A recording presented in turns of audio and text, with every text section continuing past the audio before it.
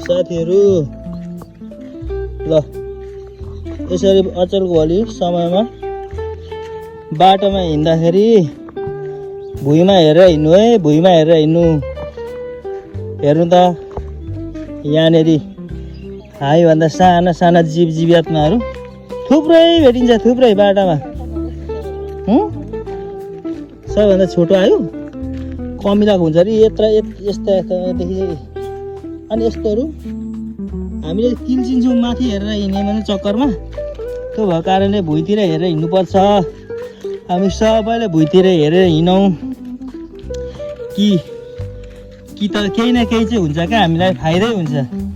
कि पशु प्राणी यो जीवात्माहरूको जीवन बच्छ, हामीले पैतालाले खिच्दैनौँ। कि त त्यहाँनिर काँडा सिसाहरू काँटीहरू देखिन्छ, खुट्टामा लाग्नबाट जोग्छ भने कि त त्यहाँनिर यसो केही सुनहरू पैसाहरू झरेको भेटिन्छ। त्यो सम्बन्धित मान्छेलाई दिन मन लाग्यो दिने, नभए यस्तो यस्तो मान्छेहरू भेट्यो भने सोधेर दिने हो कि होइन भने त? हो कि होइन के जान्नु त म हो भन्नु न, कहाँ हो भन्छु। ल नबुझिकन काकाले दारा किटेर घाँस काटेर पुगो भारी। ल जय होस् भन्नु न सबैलाई। जय होस्।